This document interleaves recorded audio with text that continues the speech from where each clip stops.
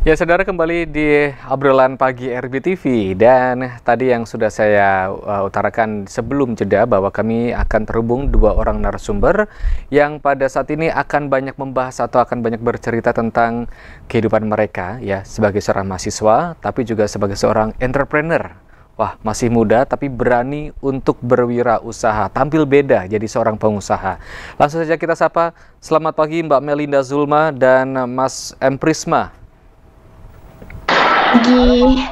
Ya, apa kabar Mbak Melinda? Kenapa? Apa kabar? Sehat? Baik, alhamdulillah. Alhamdulillah sehat. Mas Prisma apa kabar? Tenggara baik, Pak. Sehat ya, alhamdulillah baik ya. Iya, Oke, nah saudara, Mbak Melinda Zulma ini adalah selaku owner Kiyomi.id dan juga mahasiswa kewirausahaan Amikom Yogyakarta. Kemudian M. Prisma adalah owner 16.co.id selaku mahasiswa kewirausahaan Amikom Yogyakarta. Nah, kita nanti akan banyak membahas dan juga tentunya saya akan banyak bertanya bagaimana Mbak Melinda dan juga Mas Prisma ini bisa membagi waktu gitu ya, karena kan untuk kuliah sendiri jadwalnya sebenarnya cukup padat ya sebenarnya, dan ini Mbak Melinda dan juga Mas Prisma berani untuk menjadi seorang pengusaha, dan untuk menjadi seorang pengusaha kan butuh effort yang nggak main-main gitu ya. Tapi baik, nanti akan saya tanyakan kurang lebih sekitar sampai jam 11 siang nanti ya. Baik, saya ke Mbak Melinda dulu. Mbak Melinda, ini Anda sebagai seorang owner Kiyomi.id. Nah, sebelum saya membahas atau saya akan bertanya tentang bagaimana membagi waktu, nah, bisakah dijelaskan kepada kami tentang apa sih sebenarnya Kiyomi.id, dan mungkin bisa menceritakan juga latar belakang sampai terbentuknya atau fokus usahanya itu ke bidang ini. Silakan. Oke, baik. Jadi Kiyomi.id itu sebenarnya basicnya itu adalah fan-made merchandise gitu. Jadi dia tuh basicnya di dunia per K-popan kayak gitu. Nah, di dunia per K-popan itu kan ada banyak merchandise gitu kan. Nah, dan itu biasanya dibikin langsung oleh perusahaan yang menaungi artis tersebut gitu. Dan biasanya kalau misalkan official merchandise kayak gitu kan harganya mahal ya. Dan kadang kayak desainnya ya gitu-gitu aja gitu. Nah, akhirnya saya bikin Kiyomi.id buat bikin fan-made merchandise. Jadi kayak desainnya dari kita sendiri kayak gitu. Kita yang kita yang bikin, kita yang produksi kayak gitu. Ya kayak gitu sih. Dan kenapa kenapa bisa bikin ini? Karena sebenarnya itu awalnya karena gabut. karena Gabut ya ternyata. Waktu itu kan pas awal COVID kan, pas Maret itu. Pas Maret saya bingung mau ngapain ya gitu. Terus kepikiran emang dari dulu sebenarnya pengen jadi pengusaha gitu kan, cuman masih bingung mau apa gitu. Terus saya cari kenapa saya nggak cari yang terdekat dengan saya gitu, karena kalau misalkan hal yang terdekat dengan saya, hal yang saya sukai, pasti kan saya menjalaninya enak gitu. Walaupun ya kita tahu bisnis itu nggak mudah, tapi kalau misalkan something yang kita suka, pasti nanti ke depannya walaupun susah kita ngejalaninnya senang gitu. Gitu. Terus akhirnya ya udah saya bikin fan-made merchandise kayak gitu. Terus ya apa ya yang belum ada gitu. Jadi kayak saya cari apa ya yang kayaknya belum ada nih dan ada peluangnya kayak gitu. Terus ya terakhirlah Kiyomi kayak gitu. Oke, terakhir adanya Kiyomi. Kiyomi sendiri artinya apa sih sebenarnya, Mbak? Kiyomi itu sebenarnya berasal dari bahasa Korea yang Kyo. Jadi Kyo itu artinya lucu gitu, imut, gitu, cute gitu. Ya karena memang saya desain dari Kiyomi itu mengarahnya ke yang cute-cute kayak gitu. Terus Mi-nya itu dari nama saya Melinda kayak gitu. Oke, baik. Berarti Kyo adalah lucu, Me atau Melinda gitu ya. Kalau digabungkan Melinda lucu, seperti itu. Oke, baik.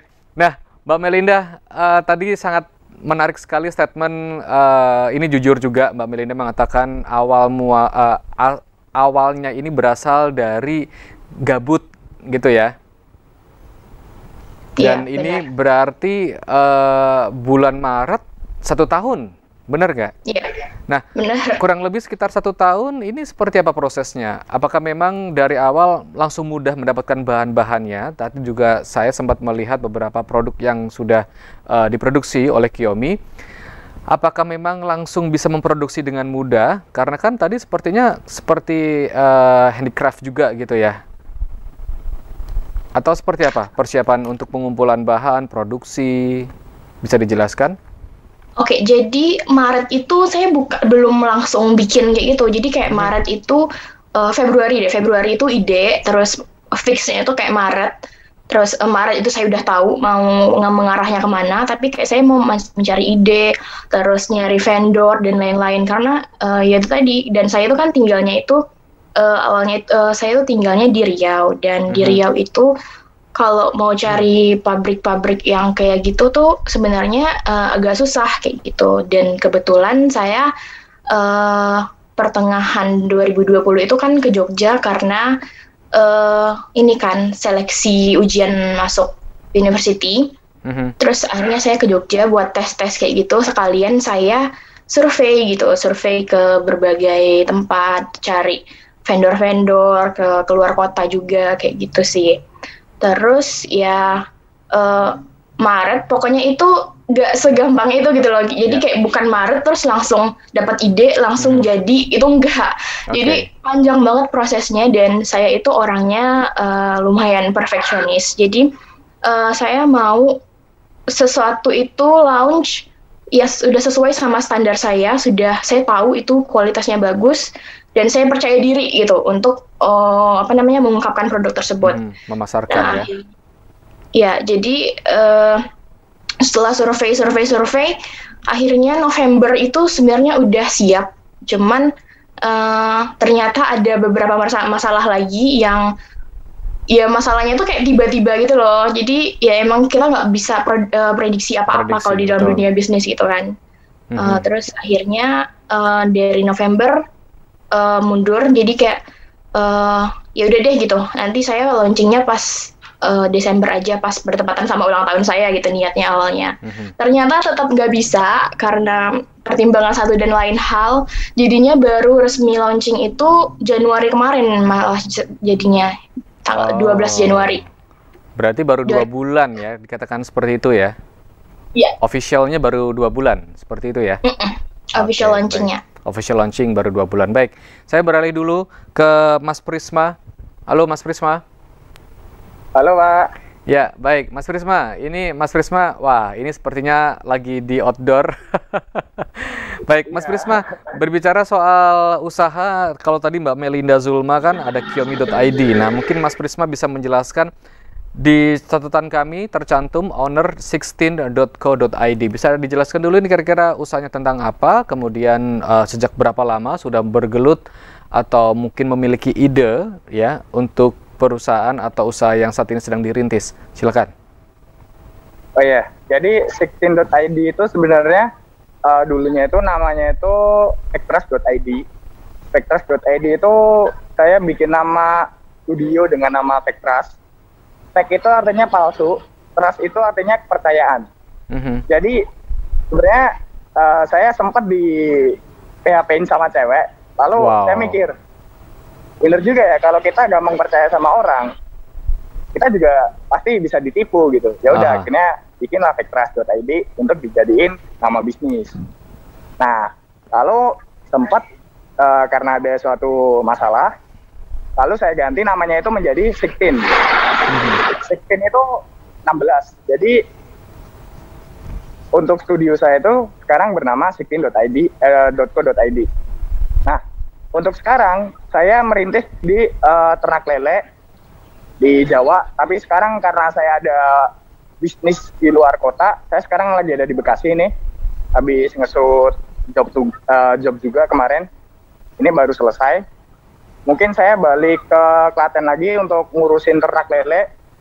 Mungkin semingguan lagi. Nah, jadi selain saya ngerjain di job studio foto saya itu, saya juga punya bisnis ternak lele, lalu juga ada jasa untuk unlock bootloader, itu semacam HP biasanya Android, itu kita bisa oprek. Nah, jadi keuntungannya kita bisa UBL HP atau ngoprek HP itu apa sih? Nah, jadi keuntungannya itu kita bisa memaksimalkan performa yang ada di HP tersebut. Baik. Dan itu biasanya cuma bisa di Android doang. Nah, lalu rencana kedepannya sekalian ini juga masih nyelengin untuk saya ngerakit PC. Mungkin nanti setelah PC saya launching, saya mau buat aplikasi untuk penyedia seperti bahan-bahan untuk UBL tersebut. Jadi kayak misalkan Magic Room, terus habis itu roomnya. Nah, jadi kayak gitu. EWRP dan Orange Fox. Nah, baik. Lalu di studio foto itu saya mulainya itu 12 Desember 2019. Saya lulusan 2018 dari SMK Negeri 1 Turcuk, Klaten. Waktu itu sebenarnya saya sudah hobi foto itu dari kecil. Lalu saat ada job di otomotif, teman saya itu bilang, kenapa kamu nggak pengen resmiin aja gitu studio kamu? Ya. Terus aku mikir, oh iya juga ya, kalau kita kerja dan kita itu seneng dan kita bisa dapetin uang, ngasilin sesuatu gitu, ya udah kenapa enggak gitu. Yang penting mulai aja dulu. Nanti urusan yang lain mah belakangan. Ya udah akhirnya saya buat dan alhamdulillah bisnis saya itu bergelut juga untuk di otomotif.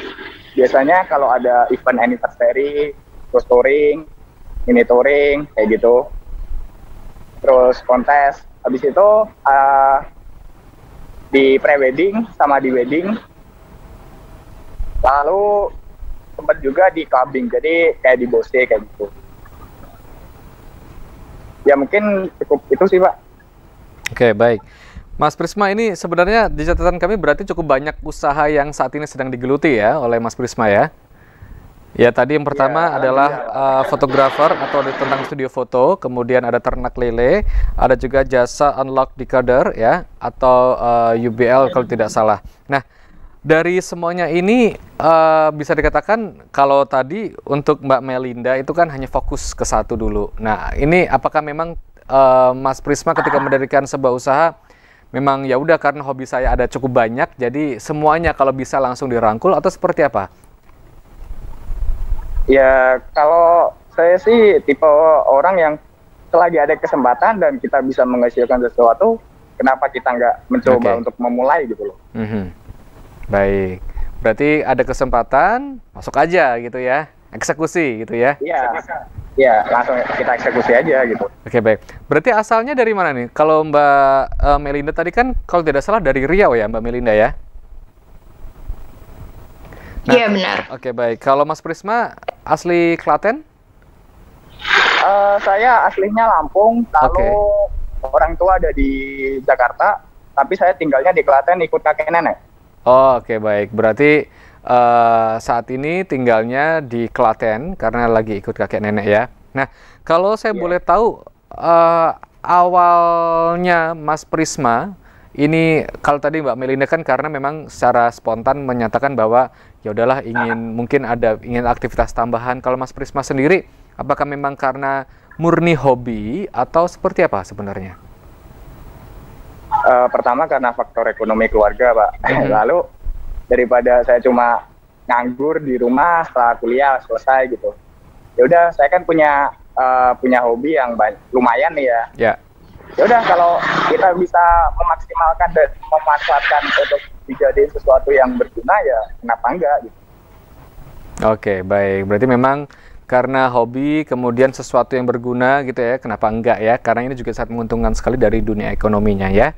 Baik, Mbak Melinda dan juga Mas Prisma, kita akan jeda dulu dan saudara kami akan kembali lagi usai jeda dengan menghadirkan dua anak muda yang luar biasa dengan temanya pada pagi hari ini adalah berani beda jadi pengusaha. Stay tune terus di obrolan pagi RBTV.